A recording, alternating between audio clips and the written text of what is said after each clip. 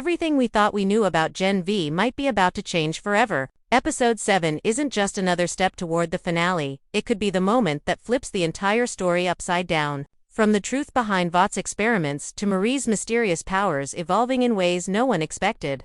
This episode seems ready to shake the whole The Boys universe to its core. And if the clues we've seen so far are right, we're not just looking at a fight for survival, we're watching the birth of something that could rewrite what it means to be a PACUPE. Marie Morrow's journey has always been about control, not just of her powers, but of herself. When we first met her, she was terrified of what she could do. Her powers were wild, violent, and tied to trauma. But as the story has unfolded, something has changed. She's no longer just reacting, she's starting to command her power, bending it to her will in ways we've never seen from any other soup. And that's where the biggest theory about Episode 7 begins. That Marie isn't just another Vought experiment, she's the key to something much larger. In every scene where Marie uses her blood manipulation, there's been a subtle escalation. The precision, the strength, and even her emotional control have grown with each episode. It's like her power is evolving faster than it should, as if something inside her is awakening. Some fans believe she might be the first successful hybrid part natural-born soup, part compound V experiment. Think about it, her powers aren't like anyone else's. Most soups have clear limits or physical tells when they use their abilities. But Marie, she can control blood, the essence of life itself. That's not just power, that's creation and destruction in one. Vought has always been obsessed with control, controlling image, controlling soups, controlling power itself. So if Marie's ability comes from a new kind of compound V, one that can bond with human DNA permanently, she might be what they've been chasing for decades. A soup who doesn't rely on injections or unstable genetics, but someone who naturally embodies the perfect fusion of human and super. It's possible that in Episode 7, Vought will finally make their move to capture or reclaim her. We've seen their pattern before. When someone becomes too powerful or unpredictable, they turn that person into a project. Another layer to this theory comes from the emotional symbolism of her powers. Blood, in this world, is more than a weapon, it's a metaphor for guilt, trauma, and connection. Marie's power is literally tied to her past, to her pain, and to the people she's hurt or lost. The more she heals emotionally, the stronger her control seems to get. It's as if her journey toward forgiveness is unlocking her full potential. That's what makes her story so different from the other soups. She's not just trying to be a hero, she's trying to understand herself.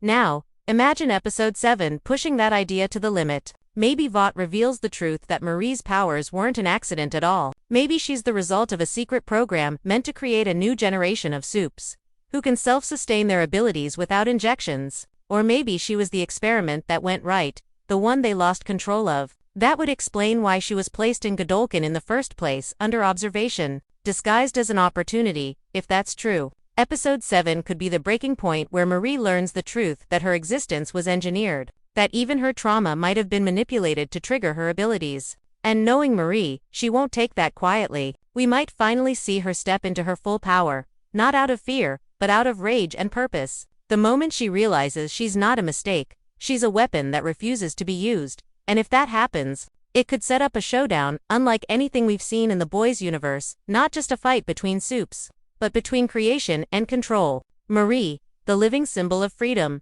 facing off against the company that built gods in laboratories. And the most chilling part, she might win, not because she's stronger, but because she's finally learned that her blood doesn't make her a monster, it makes her human. Cate Dunlap is one of those characters who makes you feel everything at once: sympathy, fear, anger, and sometimes, heartbreak. She's not just a villain or a victim, she's both. And that's what makes her story so haunting. From the very beginning, Cate's power wasn't just physical, it was deeply psychological. The ability to control minds is more terrifying than any laser beam or explosion, because it destroys something you can't rebuild: trust. Every time she touches someone, she becomes their master, their manipulator, their puppeteer. And now, after everything that's happened, the biggest question going into Episode 7 is whether Cate will find redemption, or fall deeper into ruin.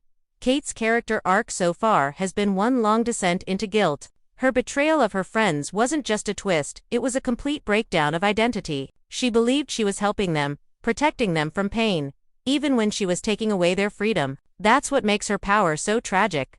It's built on good intentions twisted into evil outcomes. Every lie she told herself that she was doing it for their good, that she could fix things later, has started to collapse. And in episode 7, that collapse could reach its breaking point. There's a pattern forming in Cate's story that mirrors the classic God complex, the moment when someone begins to believe they have the right to decide what's best for others. We've seen this in Vought's leaders, in Homelander, and even in some of the scientists behind Compound V. But what makes Cate different is that she didn't seek power, she was given it before she was emotionally ready to handle it. Imagine being a teenager who can erase pain, rewrite memories, and make anyone believe anything. That kind of power doesn't just corrupt, it consumes. And the guilt that comes after, it doesn't fade, it festers. The biggest theory about episode 7 is that Cate's guilt might finally push her toward a desperate act of redemption. Some fans think she sacrificed herself to save the others, maybe by using her powers in one final, irreversible way. We've already seen her lose control, pushing her abilities past their limit. So, what if episode 7 forces her to use them on a scale we've never seen before, controlling dozens, maybe hundreds, to stop a disaster? It could drain her completely, leaving her broken or even brain dead. A tragic redemption that ends with her finally freeing everyone, including herself. But there's another, darker possibility, one that fits perfectly with the boys' universe's moral chaos. What if Cate doesn't seek redemption at all? What if she embraces the monster everyone thinks she is? We've seen glimmers of that already, that cold calm when she manipulates minds.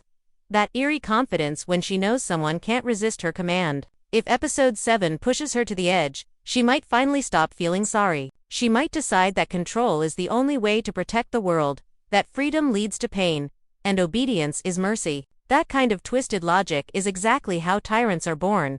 It's possible that Cate could become the boys' universe's next big antagonist, not out of hatred, but out of conviction. A villain who truly believes she's saving people from themselves. And what makes that idea so powerful is how real it feels. Cate represents the side of power that hides behind kindness, the manipulation that wears the mask of love. She's the person who hugs you while taking away your choice. Visually, episode 7 could show this transformation in subtle ways, her voice steadying, her eyes sharper, her touch slower but more deliberate. The softer, trembling Cate might be gone, replaced by someone who doesn't hesitate anymore. And when she says, "Trust me," it might not sound like a plea, it might sound like a command. Of course, redemption and ruin aren't opposites in Gen V, they're reflections of the same wound. For Cate, forgiving herself might be impossible, and that's what makes her fate so unpredictable. Whether she dies saving her friends or lives becoming their worst fear, her story will end the same way, with silence. Because in a world built on noise, blood, and lies, the scariest power of all is the one that makes everyone else stop thinking for themselves. Episode 7 could finally decide which version of Cate we see, the broken girl who wants to make things right, or the God who decides she knows best. And whichever path she takes, it won't just affect her, it'll define the tone of the finale. Because if Cate chooses redemption, there's still hope for humanity in Gen V, but if she chooses ruin, then the message becomes chillingly clear. In this world, even the kindest heart can turn into a weapon when touched by power. Vought has always been the smiling face of corruption, the perfect mask for chaos. To the public, it's a company that gives the world heroes. But underneath the bright colors and PR slogans lies something far more sinister. An empire built on control, lies, and the illusion of safety. And now, as Gen V Season 2 moves toward Episode 7, all the clues point to one chilling truth. Vought's agenda isn't just about creating soups anymore. It's about replacing humanity altogether. From the very beginning of the Gen V storyline, Vought's presence has been like a shadow, always there, even when unseen. Every experiment, every training program, every student opportunity at Godolkin University was designed for one purpose: to test what happens when you turn power into a system. Episode 7 might be where that system is finally revealed, the moment when we see Vought's plan in full light, and realize that every character, from Marie to Jordan to Cate, was never free. They were all part of the same controlled experiment. Think about how carefully Vought plays both sides. To the public, they sell heroes. To the government, they sell weapons. To the soups, they sell purpose. And to themselves, they sell lies about control. But behind closed doors, what they've really been working on is the evolution of Compound V, a new generation of soup genetics designed not to enhance humans, but to replace them. There's been enough subtle dialogue and visual hints, the new serums, the research files glimpsed on screens, the hidden labs under Godolkin, all pointing to one theory. Vought isn't just experimenting on students. They're engineering the future. Episode 7 might be where Vought's true experiment is exposed. Imagine discovering that the entire university was built not as a school, but as a containment facility, a place to monitor, manipulate, and breed a new type of soup. Every tragedy, every death, every accident that's happened could be part of their data collection. They've been watching how powers evolve under stress, how trauma affects control, and how morality breaks under pressure. To Vought, these kids aren't people, they're prototypes. And that's the kind of horror that doesn't come with monsters or blood. It comes with a smile and a contract. One of the most chilling details fans have picked up on is how Vought has started referring to soups as assets in official language. Not heroes, not partners, assets. That means every soup's DNA, every drop of blood, every mutation is property. Marie's blood control. Property. Cate's mind manipulation. Property. Even Jordan's dual form might represent a new phase in Vaught's research, adaptability. The ability to change form and survive any environment. It's like Vought isn't creating individuals anymore, it's creating templates. Now, if you follow that trail, the theory becomes even darker. Some fans believe Vaught's endgame is a reset of civilization itself. By creating a generation of soups who are controllable, loyal, and perfect, they could slowly replace humanity from within. No wars, no politics, no resistance, just engineered obedience. It sounds like a conspiracy, but in Vaught's world, control has always been the highest form of power. The real question isn't whether they can do it, it's whether they already have. There's also the mysterious connection between Godolkin's student disappearances and Vaught's secret labs. Remember those missing students no one talks about? The ones who dropped out or transferred? What if they didn't leave at all? What if they were taken underground to test the limits of Compound V's newest version? Episode 7 could show us glimpses of that nightmare. Rooms full of containment pods, students being studied like lab rats, and scientists whispering about stability, rates, and genetic retention. It's the kind of truth that could make every character question their own existence, but Vaught's genius has always been its ability to control the story. Even when exposed, it survives. When heroes fall, they sell new ones. When truths leak, they spin them into hope. That's why Episode 7 might not just reveal their plan, it might show how deep their control goes. Maybe even the rebellion itself was designed by them. A fake uprising to filter out the strongest subjects. It's the perfect trap. Let your experiments think they're free. And they'll reveal who's most powerful, who's worth keeping, and who's expendable. If this theory holds true, Episode 7 won't just be another twist, it'll redefine the entire Gen V series. Every character arc, every moral choice, every moment of rebellion could be exposed as manipulation. And the scariest part, it means no one is truly good or evil anymore, just programmed. That's the brilliance of Vaught's hidden agenda. It's not about power. It's about rewriting what it means to be human. So, when the episode drops, pay attention to the small details, the background screens, the documents, the scientists' conversations. Because the real story of Gen V might not be about heroes or villains. It might be about a company that stopped selling dreams and started manufacturing gods. And Episode 7 could be the moment when those gods finally realize who their true creator is. There's a strange silence that comes before a storm. That eerie pause where everything feels too calm, too controlled. And if the whispers, leaks, and clues are true, Gen V Season 2 Episode 7 might be the eye of that storm. Because this is where the past could collide with the present. This is where a familiar face, someone we thought was gone, unreachable, or too powerful to return, might step back into the spotlight. And their arrival could change everything we thought we knew about the boys' universe. In every great story, there comes a moment where the lines blur, where heroes meet legends, and timelines fold into each other. Gen V has been slowly building toward that moment. You can feel it in the tone of the recent episodes, darker, heavier, more connected to the chaos brewing outside Godolkin's walls. The tension isn't just local anymore, it's universal. And that's why fans believe Episode 7 could mark the return of one of the boys' most dangerous forces, either Homelander, Soldier Boy, or maybe even Butcher himself. Whoever it is, their reappearance won't just be a cameo, it'll be a statement.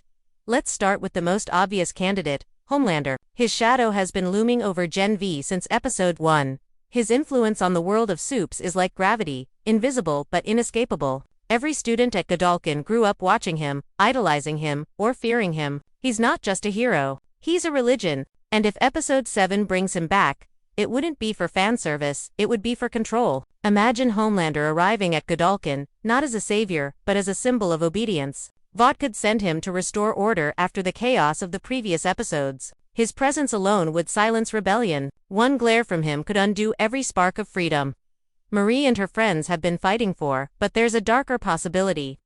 That Homelander's arrival isn't sanctioned by Vought at all. Maybe he's acting on his own, hunting, testing, or judging. We've seen his fragile ego before. The moment someone else begins to shine too brightly, he steps in to snuff them out. If he senses that Godolkin's new generation might rival him, Episode 7 could turn into a massacre disguised as a lesson. And what's more chilling than Homelander reminding the world that there's still only one true god in the sky? Then there's Soldier Boy. His name keeps echoing through fan theories like a ghost that refuses to die. His connection to Compound V and Vought's earliest experiments makes him the perfect piece to reintroduce in Gen V. After all, the entire show is about the next generation of soups, and Soldier Boy is the first successful version of that dream. If Episode 7 reveals that Vought kept fragments of his DNA or consciousness, it could mean they're trying to clone him, replicate his power, or even resurrect him entirely. The return of Soldier Boy wouldn't just be nostalgic, it would be poetic. The first hero, watching the new generation that replaced him. His own legacy twisted into a science experiment.